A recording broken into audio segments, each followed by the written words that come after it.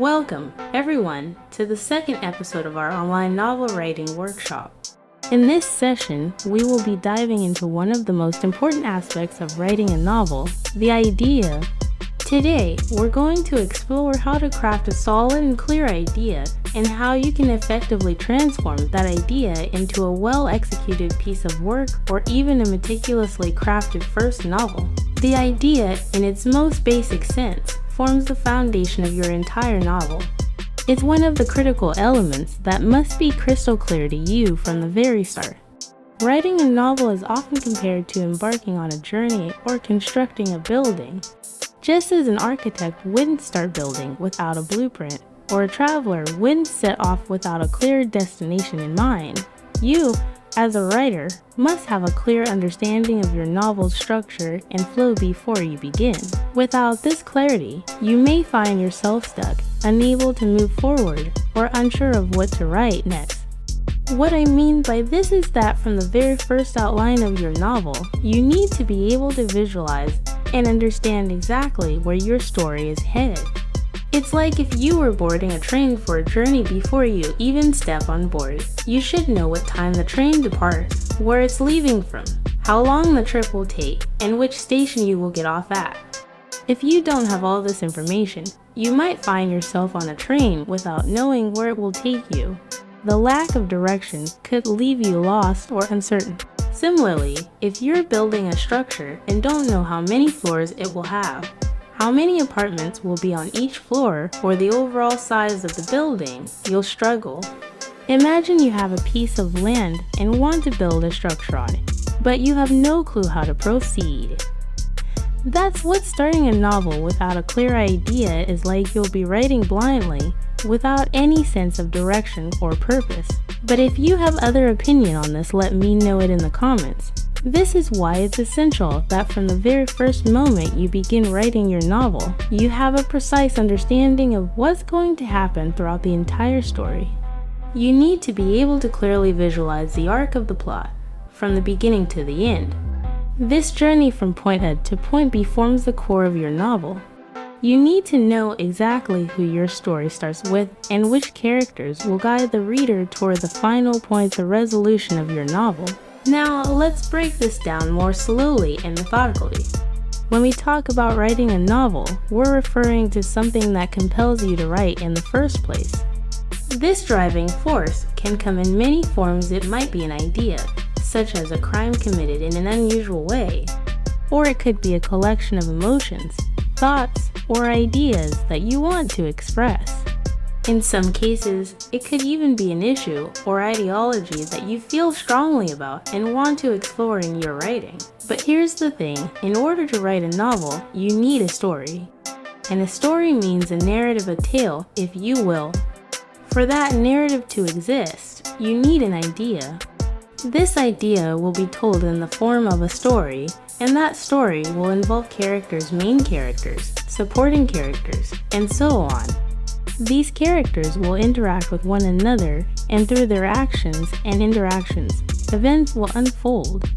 These events are what drive the plot of your novel.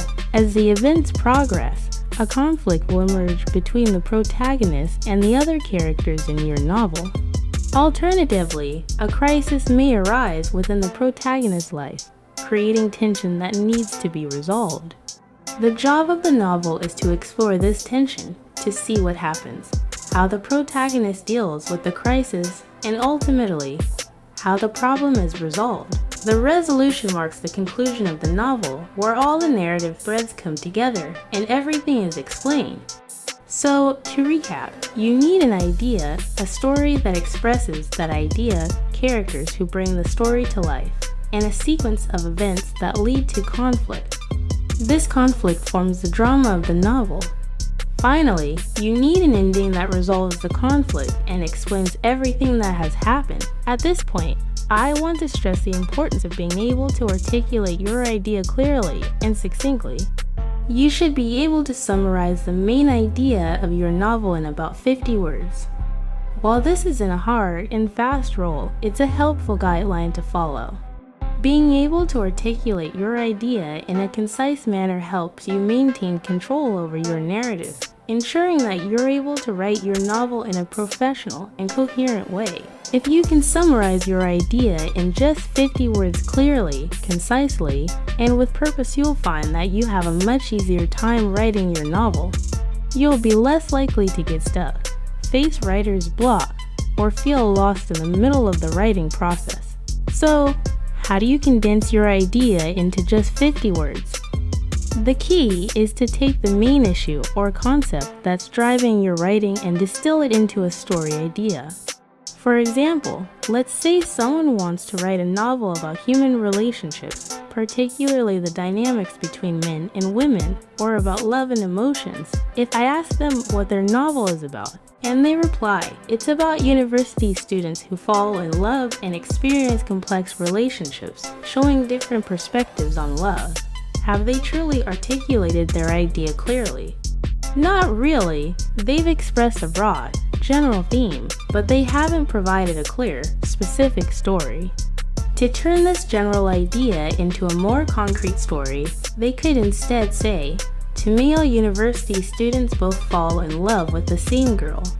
Each one tries to win her over in different ways. The girl accepts one's proposal, but later feels more drawn to the other, causing conflict. This version provides a clearer, more specific story idea in just a few sentences.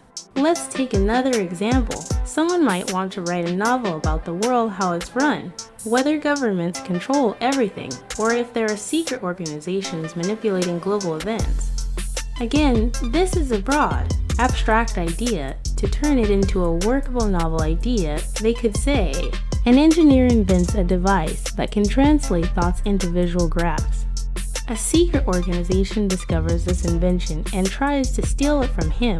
This transforms the broad, philosophical idea into a clear, specific story with a protagonist, a conflict, and a plot. Once you've got your basic idea nailed down, let's talk about how to generate ideas, especially if you're struggling to come up with one or want to develop an initial idea further. One of the most important things you can do as a writer is to read. A writer who doesn't read is like a builder without bricks lacking the raw material necessary to create something meaningful.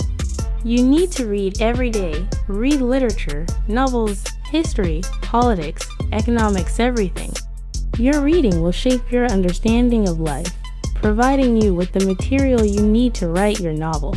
Second, reading philosophy, history, and psychology is crucial. These subjects not only broaden your understanding of the world, but also help you create richer, more complex characters. Reading in these areas will enhance your awareness of the world and enable you to write with greater depth and insight. Finally, look to the world around you for inspiration.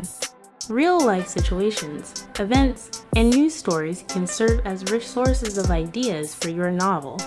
You might witness something in your daily life, hear about a crime that occurred in a strange way, or find yourself in a situation that sparks your imagination. The reality you experience can often be the catalyst for your creative process. In conclusion, take your main idea and try to condense it into 50 words. Make sure that it's not just a vague concept, but a specific, clear story.